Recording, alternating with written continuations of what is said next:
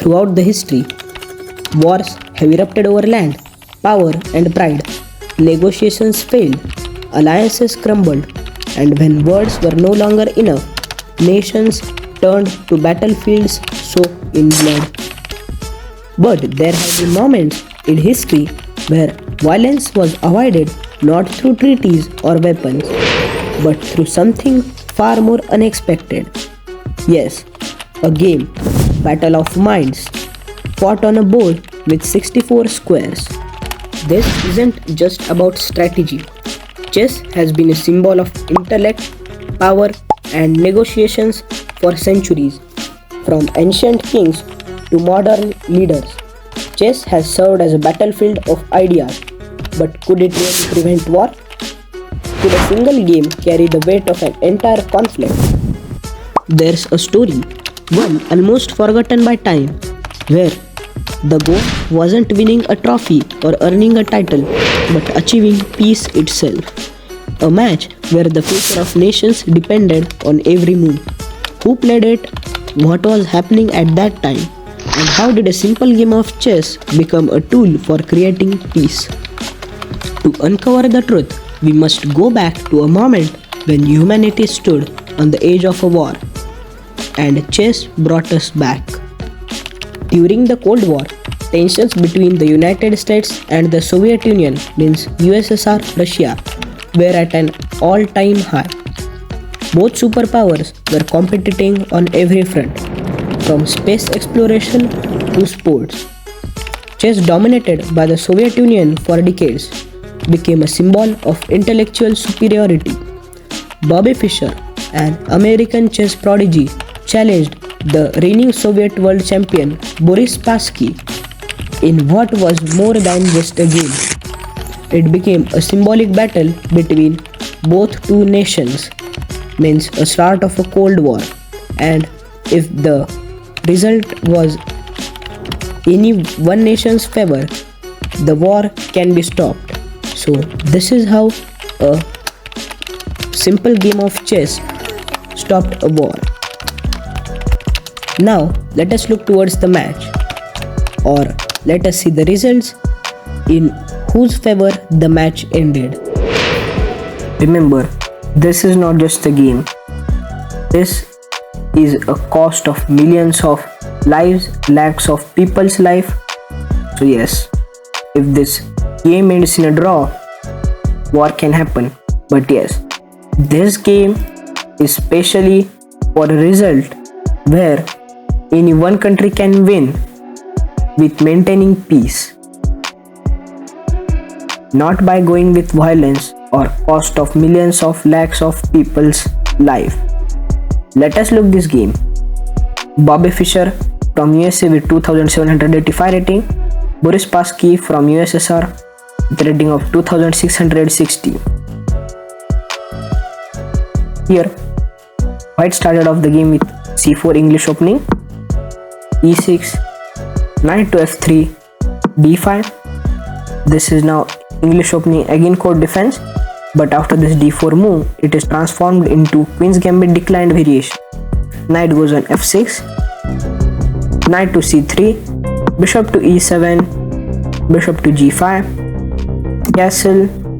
Now this is the Queen's Gambit declined modern variation, and after some of the few moves, we are now transformed again into Queen's Gambit declined new orthodox variation.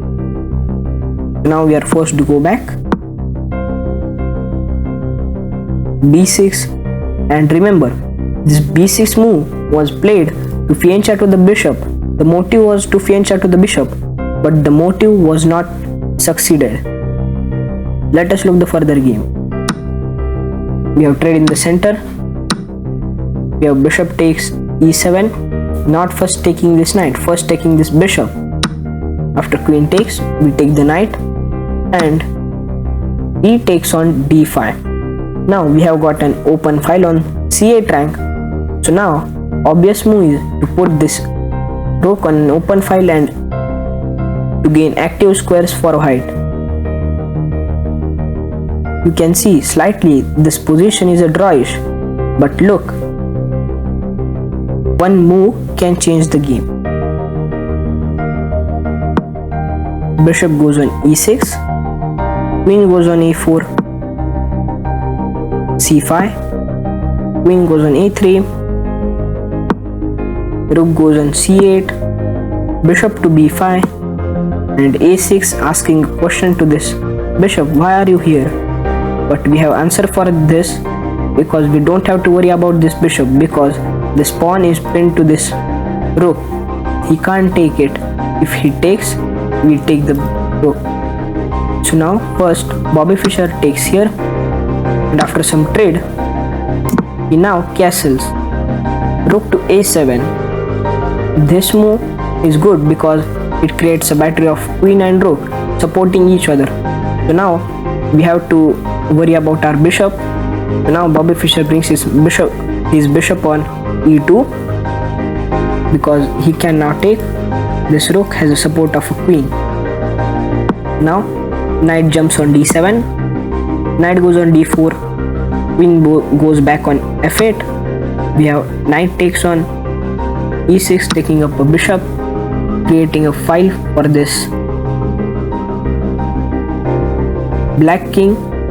And in the few moves we can play c4 and advance our pawns forward with attacking with our every piece possible on the board. Let us look. e4, he declines it, plays d4. Now yes, Bobby Fischer has started the attack with playing f4. Queen goes on e7, and in the upcoming few moves, as you can see, Boris Spassky played rook to b8 to attack this b2 pawn. But no worries, we have a defense for it. First, Bobby Fischer played bishop to c4, gaining an attack or an eye on this king, because still we have this queen to protect this pawn. Now king goes on h8. We can now go queen to h3. This is a beautiful tactic. Can you find it? Yes, we are double attacking this pawn, and it's a central pawn with a 3 pawn chain in the center. Look, if he take this pawn, we will take this pawn. And yes, you look, there are two pawns here, and these are all isolated pawns, where we have all these white pawns in a pawn chain like this. So it would be bad for it would be bad for black and good for white. So after this, first black defends this pawn with playing knight to f8, b3 defends it with the support of this bishop. We have a5, f5, e takes f5, rook takes f5, and now we have got a clear open file to attack on this king. Now we can double up our rooks. This bishop is looking for this king, and yes, all the pieces are in attacking mode. Knight to h7, rook f1, queen goes on d8, queen to g3, rook to e7, h4. Now the pawn push has started, and yes, to add one more defender to this g7 pawn, black played rook to b7. Now we create a passed pawn with pawn to e6, and after this queen to e5 move, there is no more moves left for black. As you can see, in the upcoming few moves, he only moves his queen, and what white is doing is creating an attack like this. So now after knight to f6, can you find the best move in this position which will destroy black? I will give you 5 seconds.